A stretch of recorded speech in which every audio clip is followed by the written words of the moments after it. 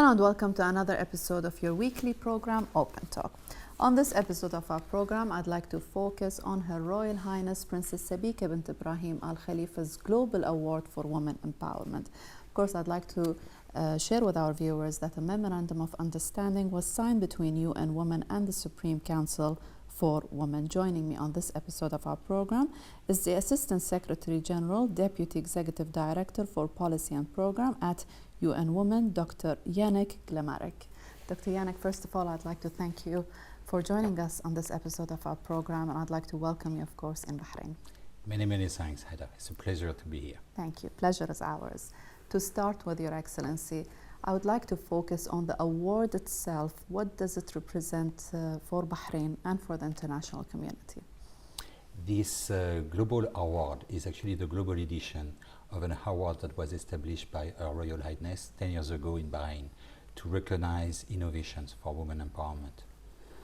This kind of awards are actually extremely powerful because they recognize and incentivize innovations.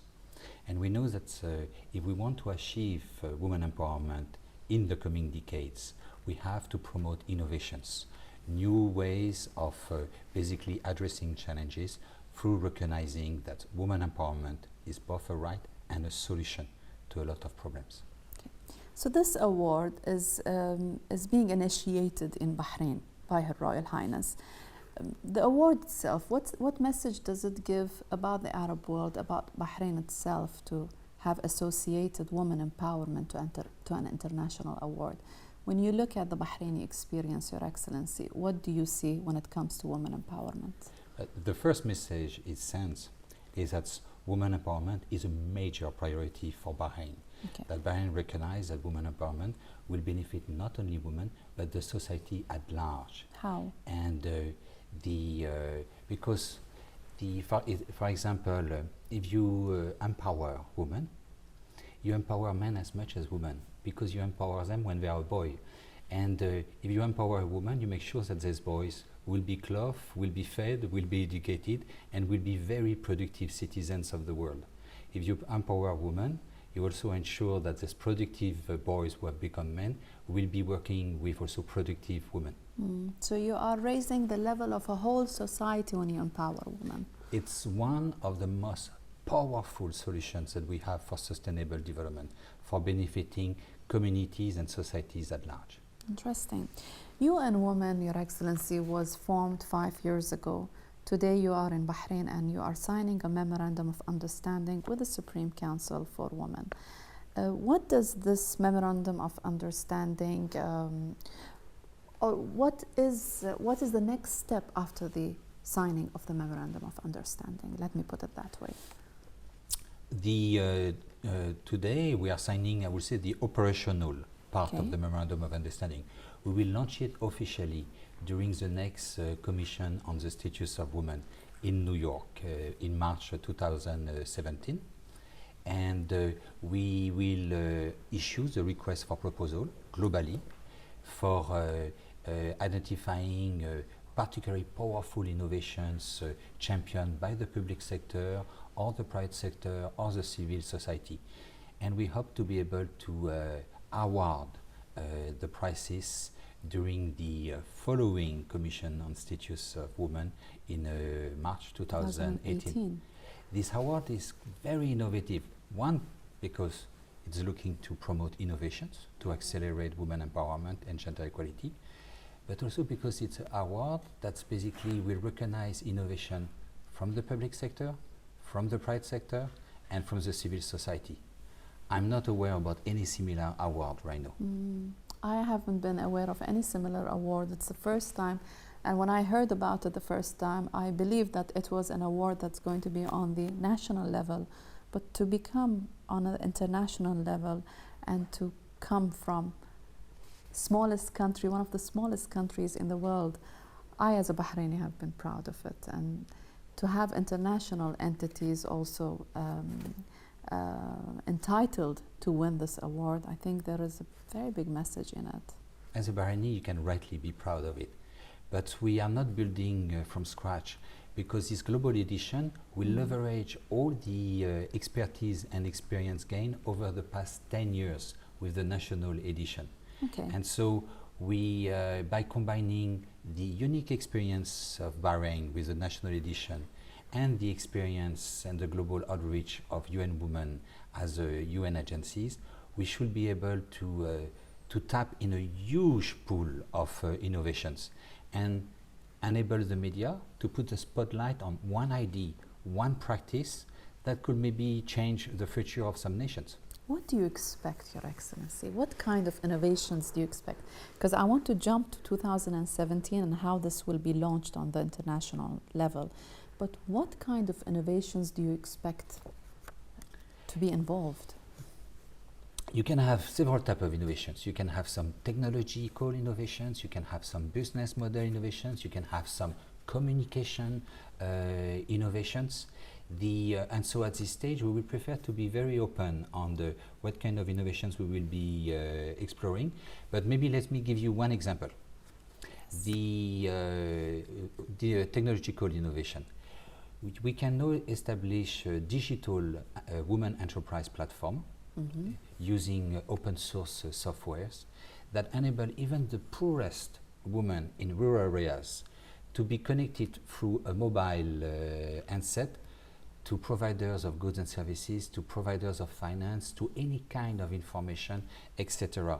And so we can break isolation and create economies of scales with these new technologies.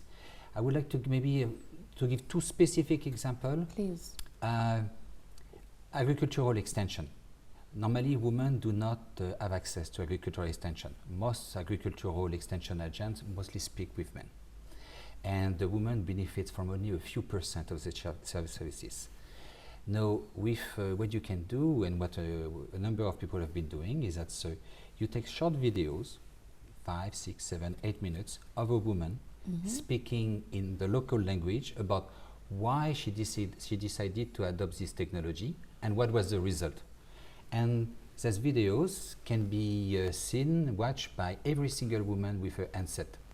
And so you don't need an agricultural extension agent that will speak in a language that you do not understand and that in any case is not to come to see you.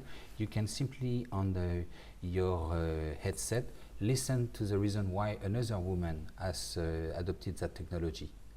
This is very interesting. That was one example. It was a very interesting. So communication becomes easier. It will be easier to access people in the fields that they need service and help in. Another example could be financial inclusions. It's very difficult for women to have a bank account, and because often you need an identity card, etc. I mean in the low-income countries. Yes. And so often we're speaking about the cash economy, and we have a lot of difficulty to get access to loans, to credit. Now, with the same headset, they can also get cash transfers through the mobile companies. Through the same headset, they can get information about the price of their goods in different markets, etc., etc. So we have a huge pool of innovations that we could tap to accelerate women empowerment and gender equality. And here we are only speaking about technology because they are the easiest to describe. But often innovation in terms of business practices is even more important. That's going to be very interesting, yes. I want to go... Or in terms of policy, because it's not... here I've given the example of the private sector. Yes. But policies for the public sector, the right policy that, for example, realize that one given policy will not affect men and women alike. And in the policy, you take this difference into consideration. Such a policy can be twice as effective as the policies that would have been gender blind. So we want also to recognize the policy makers, public policy makers, that would have found a solution to make sure that public policies benefit women as much as men. Interesting. I hope that these objectives will be, of course, achieved because they will serve the whole society in general, not just women. Your Excellency, I want to go to 2017. I want to skip, how many months until March 2017? 9 months, yes. So I want to go to 2017 to New York, where the award is going to be internationally launched in the United Nations itself. Give me a brief idea, Your Excellency. How is it going to be launched? I know it's 9 months ahead of time, but I'm trying to visualize it, and then I want to know the next 12 months after that, what's going to happen, how are candidates going to be recommended or suggested for this prize. So 2017, and then we go to 2018. So it will be formally announced during the Commission on the Status of Women. Yes. It's an annual convention. Yes. That include over 10,000 representatives from all over the world in terms of government, civil society, private sectors. And the Commissions is dedicated on key issue to accelerate gender equality and women empowerment. 10,000, 12, 14, 16 is varies, but you're speaking about the largest gathering of practitioners in the field of gender equality and women empowerment. And so de facto, when you make an announcement at the CSW, you make an announcement to your entire constituency. Yes. And what we, after this announcement, we will, UN Women will partner with the Supreme Council for Women Affairs to issue a request for proposal. And so we will basically specify what kind of innovation, what kind of projects are likely to be awarded. So we will have 3 prizes, one of $100,000 each, one for the public sector, one for the private sector, one for the civil society. Yes. We believe that if we work well and focus on this issue, we should be able to go through all the submission and identify the winners within 9 to 12 months. And so our objective would be to basically jump in time, not only 9 months, but no 21 months, and to be able to physically award these prizes to the public sector, to the private sector, and to the civil society at the following CSW. March 2018. And here again you speak, March 2018, and here again you speak about the international community. And it's important because the idea of the award is not only to recognize individuals and to give them an incentives, but it's also to disseminate good practices, to make sure that everybody know about it, are aware about who did it, where they can, to whom they can go in order to get further information. So for the next 21 months, Your Excellency, you'll be working closely with the Supreme Council for Women in Bahrain. So does that mean that the UN Women and Supreme Council for Women will be the 2 entities that will decide on who is going to be the winners of these prizes? You will have a committee working involving people from both organizations? The Supreme Council and UN Women will be the 2 entities that will organize the entire process and ensure that we identify the most innovative solutions. No, the selection per se will be an entire committee, and we will try to have a balance in terms of different type of representation to make sure that we come with the best possible selection.